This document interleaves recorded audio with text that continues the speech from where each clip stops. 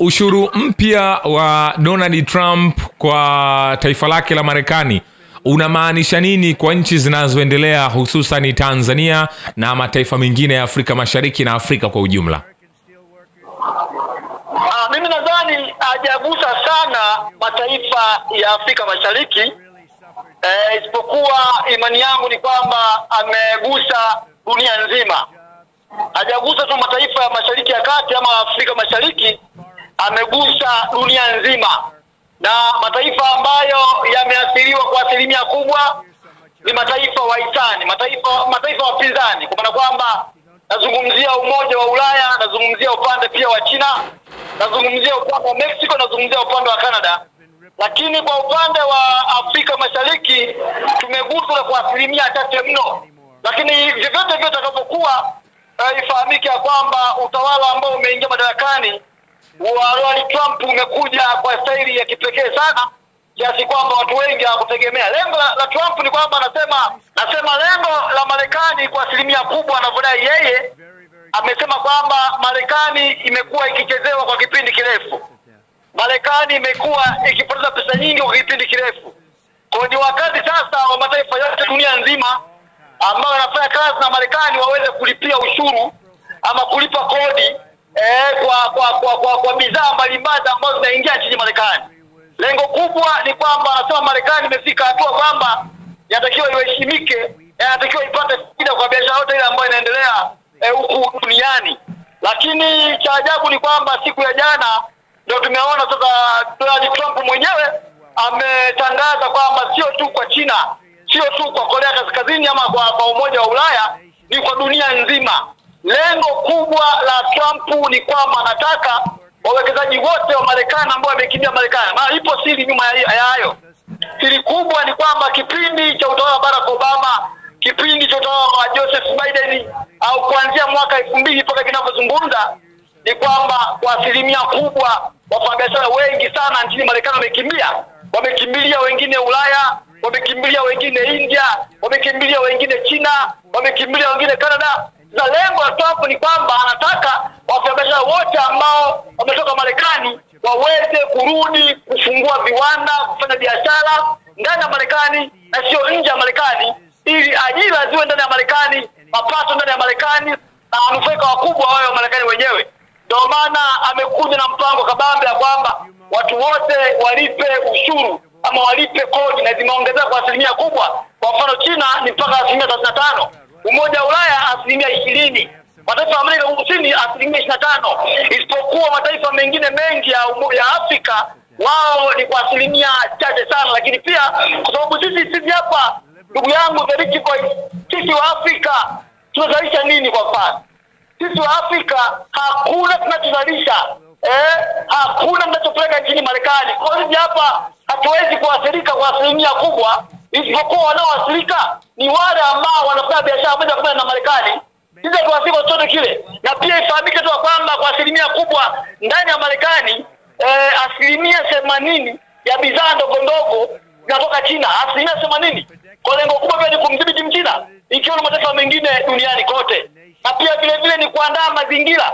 Amesema mwenyewe Trump ya kwamba kama unaona hali imekuwa ngumu, kama unaona kodi imekuwa juu sana, basi wewe futa kodi kwako. Kwa maana kwamba ili nchi iwe salama, au ili Afrika Mashariki iwe salama, au ili China iwe salama, inabidi nyinyi wa Tanzania ama wa Kenya ama Waganda, cha kufanya ni kwamba inabidi wafute ushuru wote katika bidhaa za Marekani zinazoingia Mashariki ya Kati ama zinazoingia nchi yote ile, ili uwe salama, usiwekewe vikwazo, usiongezewe kodi katika bidhaa zako. Inabidi nchi husika ifute ushuru wa bidhaa za Marekani zinazoingia katika nchi husika. Ndivyo alizungumza. Wanaona kwamba ni kipindi ambacho uchumi wa dunia umeathiriwa kwa asilimia kubwa, na uchumi wa dunia unapoathiriwa, bado ni kwamba hasa sisi huku Afrika pia tutaathirika. Kwa sababu kumbuka sisi Afrika tumeunganishwa na Marekani kwa asilimia kubwa. Kwa ndivyo jinsi ilivyo, ndugu yangu Rich Voice. Au kwa swali lingine? Kiujumla ukitazama, kuna nyakati tuliona dola ya Marekani ilipanda thamani, nchi zinazoendelea zikapata shida. Lakini pia tukaona vikwazo mbalimbali vikawekwa kwenye zile nchi kubwa duniani ikiwemo kama Urusi, tukaona nchi zinazoendelea zikapata shida. Sasa hii vita ambayo Marekani anaianzisha kibiashara baina yake yeye na China haiwezi ikaleta athari kwa namna moja namna nyingine kwa nchi hizi zinazoendelea hususan Afrika? Athari itakuwepo kwa sababu kumbuka sisi hapa tunategemea Mchina kwa asilimia kubwa, kuanzia kwenye bidhaa mbalimbali, kuanzia kwenye miundombinu, kuanzia kwenye teknolojia. Kwa maana China inapokuwa inayumba, ifahamike kwamba hata sisi huko Afrika uende tukayumba kwa asilimia kubwa kwenye bidhaa zetu ama kwenye miundombinu yetu. Na lengo la Trump ni kwamba anataka kuona kwamba nchi ambayo inaishi imeathiriwa zaidi iende mezani waweze kuzungumza moja kwa moja. Tofauti na hapo, Trump amesema ataendelea kupigia msumari. Lakini nikupa kitu kimoja kwamba Urusi kama Urusi wao hawamo katika listi ya mataifa yote ulimwenguni ambao Trump ameachia jana, ambao ameongeza ushuru katika mataifa hayo. Urusi haipo. Kumbuka Urusi mpaka sasa ni moja ya nchi ambayo inaongozwa kuwa na vikwazo vingi ulimwenguni. Na katika moja ya makubaliano katika mkataba wa amani wa kumaliza vita vya Urusi na Ukraine ni kwamba Urusi aliomba Marekani iondoe vikwazo, lakini pia asije kaongoza vikwazo vingine. Kwa nadhani Urusi haipo, isipokuwa tu Afrika Mashariki kwa asilimia kubwa wajipange upya ama wajiandae upya na pengine waweze kulazimika au kuingia mezani moja kwa moja. So Trump anataka yeye kwamba anataka mataifa yote kwa asilimia kubwa wamsikilize yeye. Mataifa yote kwa asilimia kubwa waingie kwenye mkataba mpya na Marekani. Lakini tofauti na hapo ni kwamba hakuna msamaha wote, hakuna msalia mtume, hakuna. Trump ameamua kurudisha heshima Marekani. Alishazungumza kwamba Marekani imezalaulika, imepoteza heshima yake kwa asilimia kubwa, kama mataifa mengi yamekuwa yakinufaika kupitia Marekani na Marekani haijawahi kunufaika hata siku moja. Kwa nadhani tujiandae katika mazingira kama hayo. Karibu ndugu yangu The Rich Voice. Vipi kwa raia waliopo ndani ya taifa hilo la Marekani? Hawataweza kupata athari yoyote? Na unadhani Donald Trump tayari ameshajipanga kuziba pengo la China ambaye ameonekana pia kusema naye pia atajibu vikwazo hivyo vya ushuru kwa upande wa Marekani? China, soko kubwa la China ndugu yangu The Rich Voice lipo Ulaya na pia lipo ndani ya Marekani. Na China hawezi kuingia vitani isipokuwa labda mezani. Cha msingi China ajitahidi kuingia mezani na sio kuingia vitani na Marekani. Kwa sababu soko kubwa na China inaingiza pesa nyingi sana kutoka Marekani kwa bidhaa zake.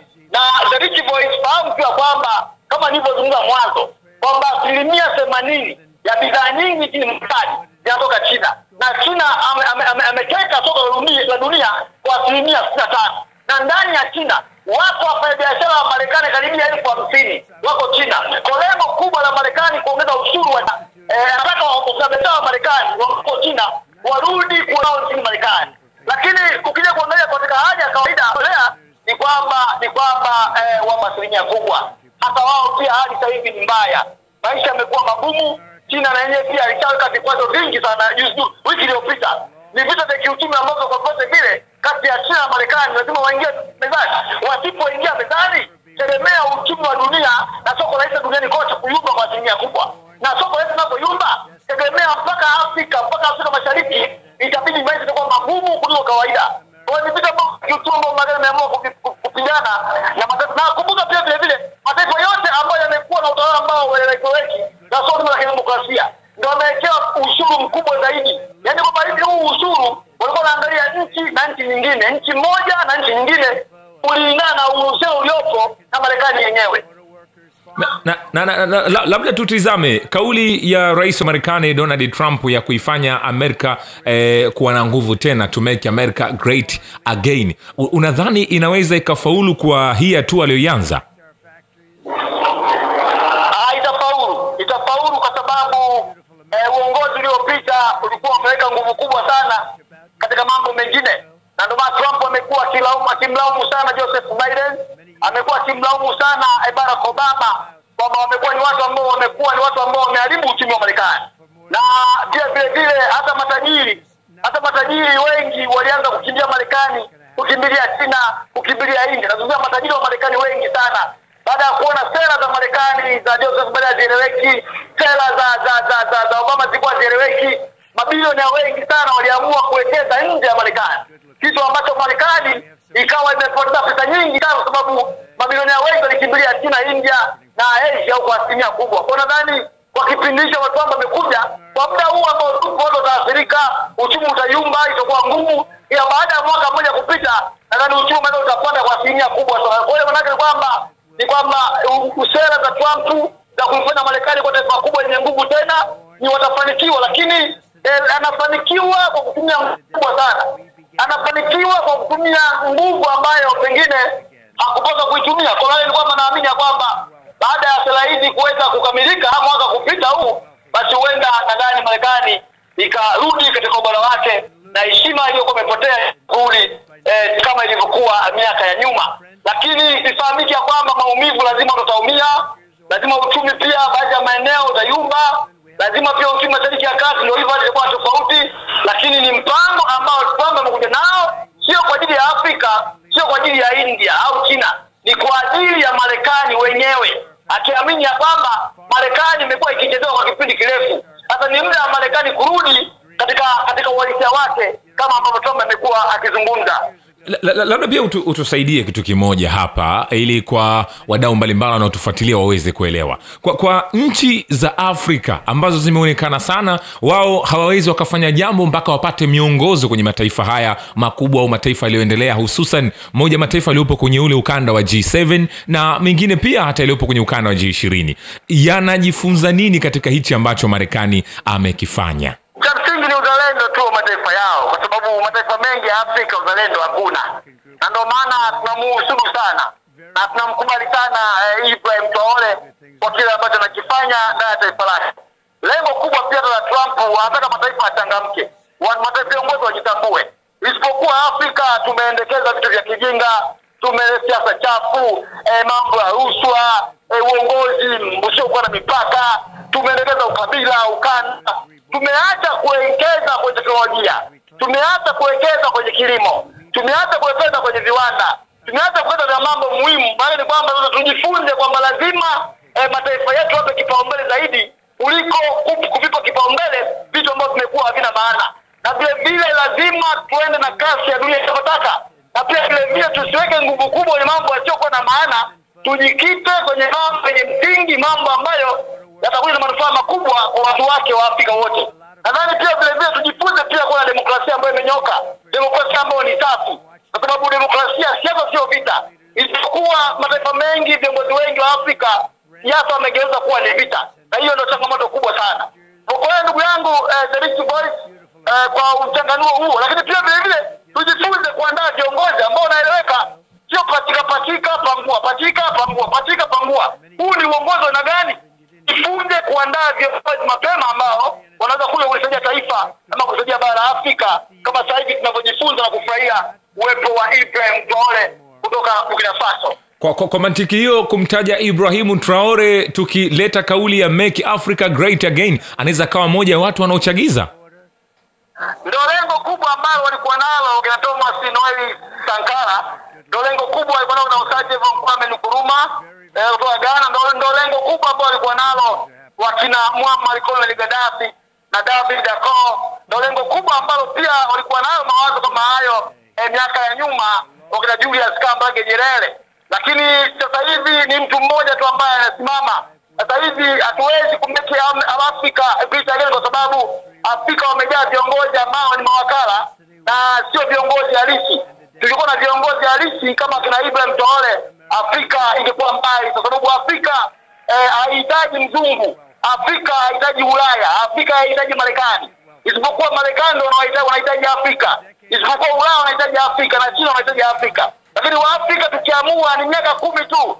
Tukiamua Afrika kusimama vizuri katika rasilimali zetu, kilimo, teknolojia, Afrika ni miaka 10 tu inatosha kuwa taifa lenye nguvu duniani kuliko yote. Lakini kwa sababu tumewekeza nguvu kubwa sana katika mambo ambayo sio ya msingi, na pia viongozi wetu kwa asilimia kubwa wamekushindwa kuwa wazalendo, mwisho Afrika inaenda mbele 50% na rudi nyuma hatua 200 ama 200%.